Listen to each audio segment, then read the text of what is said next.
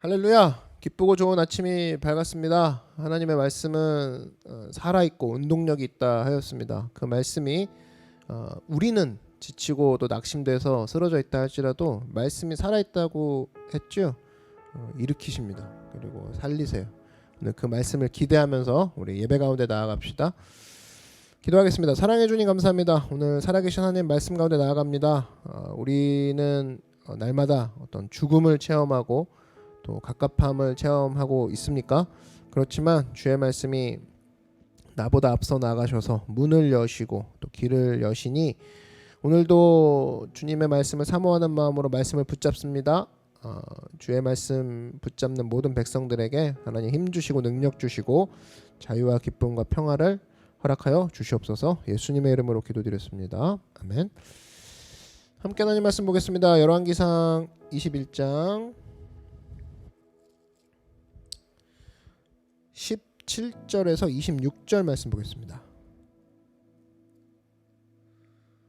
열왕기상 21장 17절에서 26절 말씀 제가 봉독하겠습니다. 야훼의 말씀이 디셉 사람 엘리야에게 임하여 이르시되 너는 일어나 내려가서 사마리아에 있는 이스라엘의 아합 왕을 만나라. 그가 나봇의 포도원을 차지하러 그리로 내려갔나니 너는 그에게 말하여 이르기를 야훼의 말씀이 네가 죽이고 또 빼앗았느냐고 하셨다 하고 또 그에게 이르기를 야훼의 말씀이 개들이 나봇의 피를 핥은 곳에서 개들이 내 피 곧 내 몸의 피도 핥으리라 하였다 하라. 아합이 엘리야에게 이르되 내 대적자여 네가 나를 찾았느냐 대답하되 내가 찾았노라.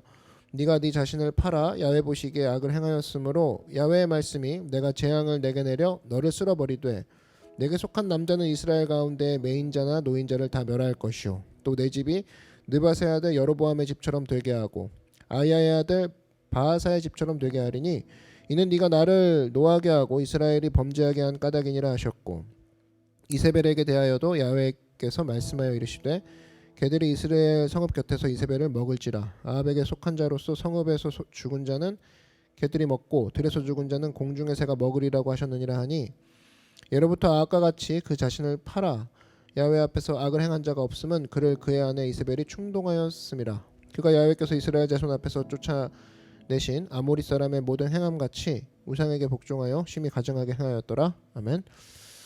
네, 오늘은 나의 영향력을 생각하라. 나의 영향력을 생각하라 라는 제목으로 하나님 말씀 증거하도록 하겠습니다. 오늘 어제에 이어서 이 아합 왕의 그 충동질 당한 사건을 계속 살펴보도록 하겠습니다. 왜 아합이 충동을 당하고 또 충동적인 결정을 내서 욕을 먹을까? 왜 충동적인 자꾸 그런 결정을 할까? 간단합니다. 자기의 영향력이 얼마나 큰지를 몰랐기 때문이에요. 왕이잖아요. 어쨌든 일반적인 사람보다는 영향력이 미치는 범위가 크죠. 근데 자기가 얼마나 영향력을 끼치는 사람인지 몰랐어요. 그러니까 아무 결정을 해버리게 되더라 이겁니다. 그러니까 우리도 마찬가지죠. 우리 자신의 영향력이 얼마나 큰지를 모르면 이상한 짓 합니다. 엉뚱한 짓 해요. 22절 보니까 또 내 집이 느밧의 아들 여로보암의 집처럼 되게 하고 아이야의 아들 바하사의 집처럼 되게 하리니 이는 네가 나를 노하게 하고 이스라엘이 범죄하게 한 까닭이니라 하셨고, 그러니까 죄를 유발시키는 역할을 했다 이거죠. 한마디로 이스라엘이 있는데 왕이 헛짓거리를 해서 이스라엘 전체가 그거 보고 따라하게 만들었다. 근데 너는 네 영향력이 얼마나 큰지를 모르고 움직였구나. 성경이 그렇게 평가하고 있는 거죠. 그래서 지도자가 중요한 거예요. 지도자가. 그러니까 일종의 지도자는 다른 말로 모델이죠. 모델인데 이 모델이 보여주는 영향력이 얼마나 큰지를 간과했을 때 이런 성경의 욕을 먹는 거죠. 여러분, 그래서 영향력이라는 게 얼마나 중요한지 아십니까? 우리 보통 아이들한테 어릴 때 묻죠. 너 장차 커서 뭐 될래? 그러면 제일 먼저 나오는 질문 그 답이 아빠 될래요, 뭐 엄마 될래요 이런 거죠. 그 다음 이제 조금 애가 좀 커요. 그 다음에 너 뭐 될래? 그러면 이제 학교 선생님 될래요, 뭐 과학자 될래요, 뭐 이래요. 그러다가 이제 조금 철이 들면 이제 그 다음에 나오는 대답이 뭐냐? 너 뭐 될래? 그러면 아빠처럼 살지 않을 거야. 엄마처럼 되기는 싫어. 뭐 이런 거죠. 나는 선생 노릇 저렇게 안 해. 그 다음부터 이제 철이 들면서 깨닫게 되는 건 뭐냐? 점점 깨닫게 되는 게 나는 저렇게 살고 싶지 않아. 부정하는 걸로 나옵니다. 제가 볼 때 인생을 제일 잘 사는 사람이라고 했을 때 제일 능력 있게 사는 사람의 특징이 뭐냐? 아이들이 커가지고 나오는 대답을 보면 알 수 있어요. 나 아버지 같은 인생 살래요. 아들의 입에서 그게 나오는 거예요. 나 선생님 같은 사람이 되고 싶어요. 이 고백이 여전한 거죠. 그런 학생이 작을 때도 그런 고백을 했고 커서도 선생님 같은 분이 여전히 되고 싶습니다. 이런 얘기를 듣는다 그러면 최고의 인생을 산 거죠. 다른 말로 좋은 영향력을 끼쳤다라는 겁니다. 아버지로서, 어머니로서, 또 선생님으로서. 그래서 한 시대가 항상 그렇대요. 이 교회가 진짜 부흥하는 교회, 진짜 능력 있는 교회면 그 교회에서 목사들이 굉장히 많이 배출된다는 겁니다. 왜? 서로 그거를 하고 싶어 하는 거니까. 그 모델을 보고 자라온 거잖아요. 그래서 교회가 제대로 되는 교회, 또 부흥이 바른 길로 가는 교회다 그러면 또 상대 또 동시에 목사 부인 되려는 사람도 많아진대요. 왜? 좋아 보이니까. 그래서 나도 저렇게 되고 싶다. 나도 저렇게 헌신하고 싶다. 나도 저렇게 살아가고 싶다. 저런 모델이 되고 싶다. 이게 이제 목사들과 목사 사모들을 통해서 보고 자라는 거죠. 아이들이 이렇게. 이게 중요하다는 겁니다. 이 정도로 영향력이 있는 게 사람인데 아합이 오늘 보여준 건 뭐냐? 아합은 거짓을 가르쳤죠. 왕부터 벌써 거짓을 하고 다니죠. 거짓말. 오늘 이 나봇의 포도원 사건인데 나봇이 하나님을 저주하거나 뭐 왕을 저주한 적이 없죠. 근데 나봇의 포도원을 뺏기 위해서 언론 플레이죠. 거짓말을 유포시켜서 나봇을 죽여버리죠. 그러면 이제 이걸로 끝나는 게 아니라는 겁니다. 백성들, 그 측근들, 장로들이 그거 보면서 아 거짓말해도 되네. 이걸 누구한테 배우냐? 아합 왕한테 배운다라는 거예요. 지도자는 그래서 지도자 그러면 느낌이 잘 안 오는데 우리 모델 그러면 확 느낌이 오죠. 지도자를 선출합시다 이 느낌보다 모델을 선출합시다. 그러면 이제 조금 어깨가 무거워지죠. 보는 눈이 좀 달라지죠. 당신은 지도자입니다. 그러면 뭐 맨날 군림할 생각만 한다 그런데 당신은 모델입니다 하는 순간 어깨가 무거워지죠. 아, 내가 보여줄 사람이구나. 내가 뭔가를 보여주는 자리구나. 그래서 지도자가 참 중요해요. 국가 지도자를 잘못 뽑아 놓으면 그대로 사람들이 배운다라는 겁니다. 그 악이 끊어지지가 않아요. 또 하나 아합이 보여준 게 뭐냐? 물질을 생명보다 귀하게 여겼죠. 이걸 보여줬어요. 포도원 하나를 얻기 위해서 생명을 죽여버리죠. 이게 은연중에 굉장히 강력한 영향을 줍니다. 이스라엘 전체에 어떤 기운이 쫙 흘러가냐면 물질을 얻기 위해선 죽여도 돼 사람을. 이게 은연중에 꼬마 아이들까지 다 학습이 되는 거죠. 왕이 그랬으니 물질주의를 가져오게 되는 출발점이 아합 왕이 되더라. 여기서 끝난 게 아니죠. 거짓과 술수 다 하고 덮어 쓰기, 그죠? 물타기라고 하죠, 뭐 이런 거. 그래서 나중엔 하나님이 분노하시고 하나님이 이 등장해야지만 수습이 되는, 하나님이 등장하셔서 수습하신다는 건 진짜 끝까지 간 거죠. 죽음이죠. 심판을 면하지 못한다. 그 정도로 악 영향을 끼쳤던 왕 아합 왕이었다. 이유는 자기의 영향력을 몰랐기 때문에. 그래서 지도력은 자기가 모델이라는 걸 알아야 돼요. 이 교회 지도자 그러면 뭐 가시적으로 보면 뭐 저 아니겠습니까? 저는 지도자 그러면 내 맘대로 할 수 있는 사람, 이게 아니라 박찬열은 모델이라는 거예요. 그것만 인식해도 기도하다가도 부르르 떨죠. 아유, 어깨가 무겁더라고. 그래서 내가 막 먹다가 쓰레기 버리면은 성도들도 다 따라할 거 아닙니까? 뭐 그런 거, 그지? 목사님도 뭐 그렇게 하는데 나도 그렇게 하면 되지. 이게 보는 것뿐 아니라 영적인 걸로 가보세요.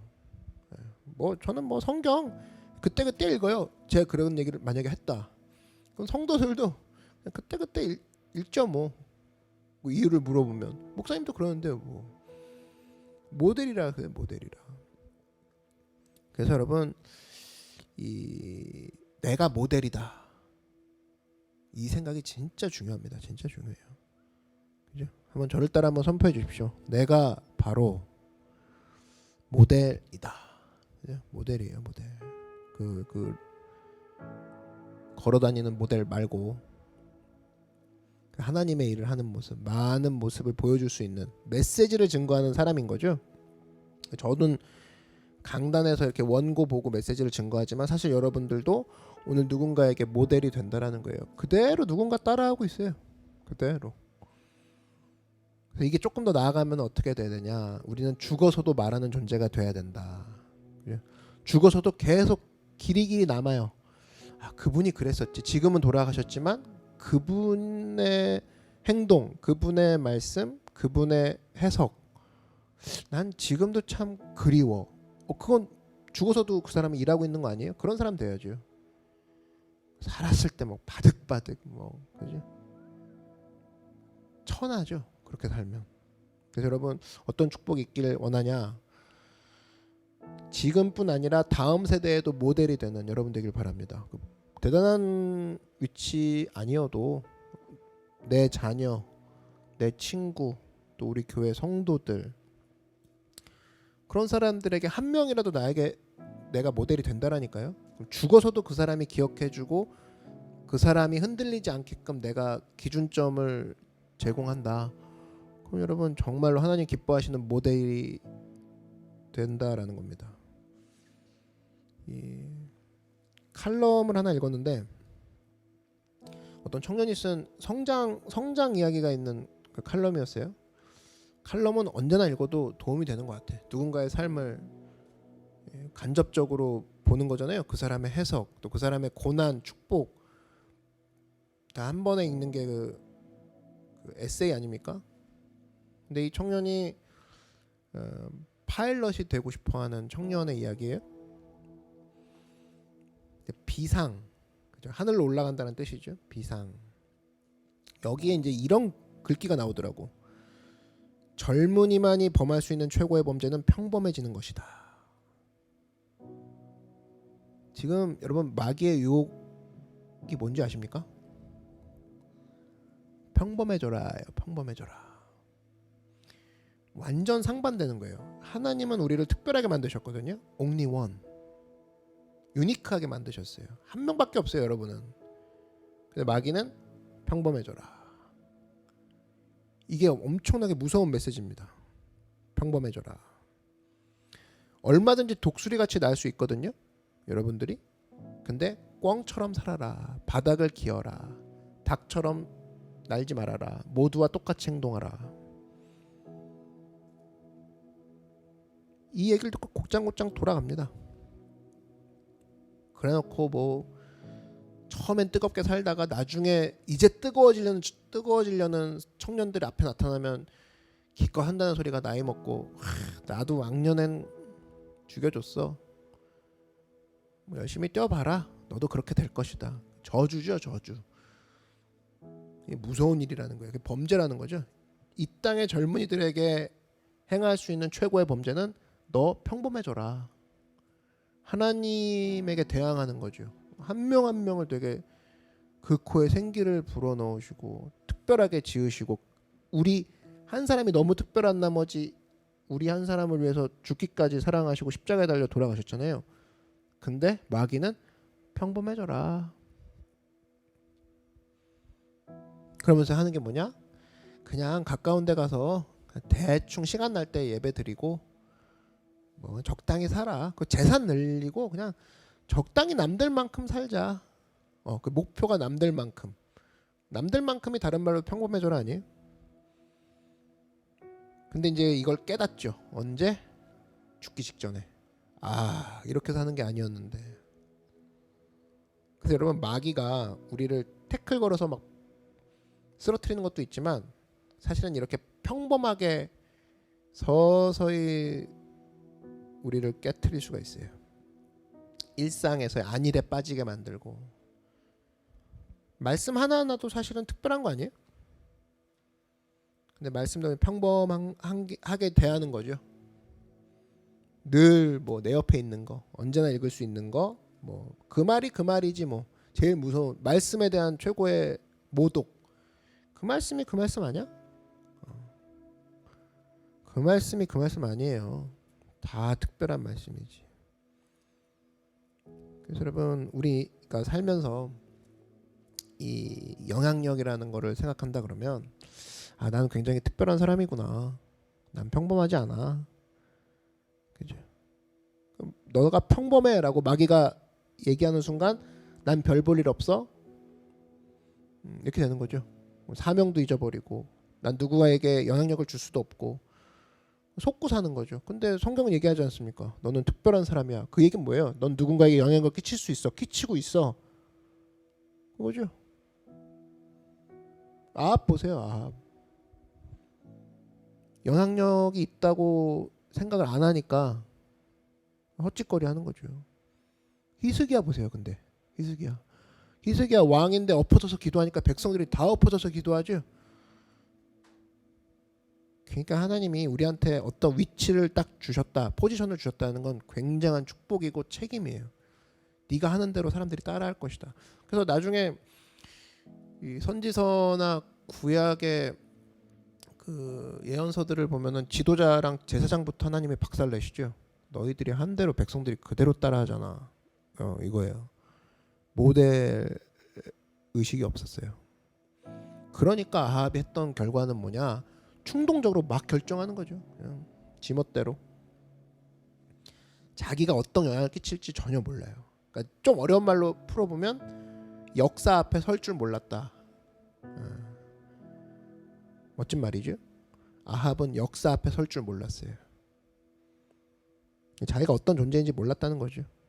그래서 여러분, 그 바닷물도 보면은 소금이 엄청 많을 것 같잖아요. 소금 양이. 근데 그 바닷물이 짜다라고 느끼는 그 소금의 함량이 2.7%밖에 안 된대요. 바다의 소금이.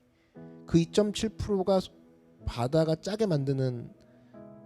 짜다라고 느끼게 만드는 그 함량이면 굉장히 작은 거 아니에요?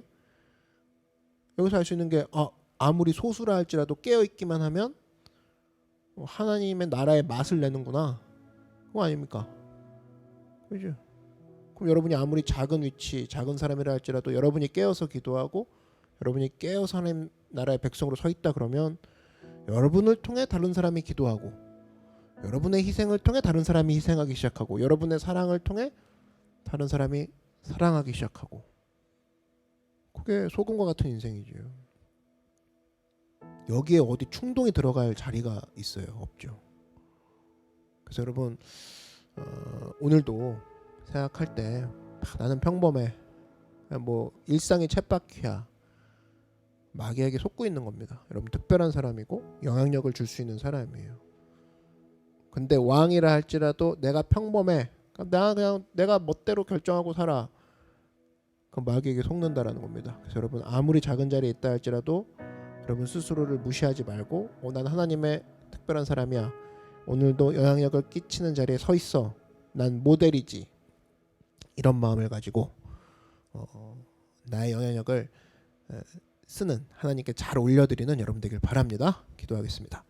사랑해 주님 감사합니다. 우리를 왕같은 제사장으로 세우셨습니다.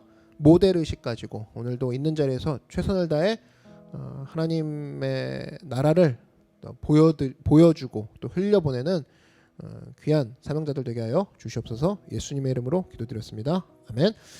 여러분 오늘 먼저 기도하실 때 감사하십시오. 하나님 나에게 나를 위해서, 이 죄인된 나를 위해서 죽으시고 돌아가신 그 사랑이 너무나도 큽니다. 나를 건져주신 그 사랑, 그리고 나와 함께 하시고 있는 그 사랑이 너무나도 큽니다. 감사하시고 또 감사할 수 있는 이유가 나에게 있는 그 모델, 모델 의식이 나에게 있음을 기억하고 오늘도 힘차게 걸어가게 하여 주시옵소서. 어깨 피시고 당당하게 승리하는 여러분 되길 바랍니다. 주님의 이름 한번 부르고 다 같이 통성으로 함께 기도하겠습니다. 주여 사랑해 주님 감사합니다. 우리가 얼마나 큰 존재인지 영향력이 있는 존재인지 잊지 않게 하여 주시옵소서. 말씀으로 나아갈 때 나의 모습 누가 또 보고 카피합니다. 좋은 모습이 카피되는 사람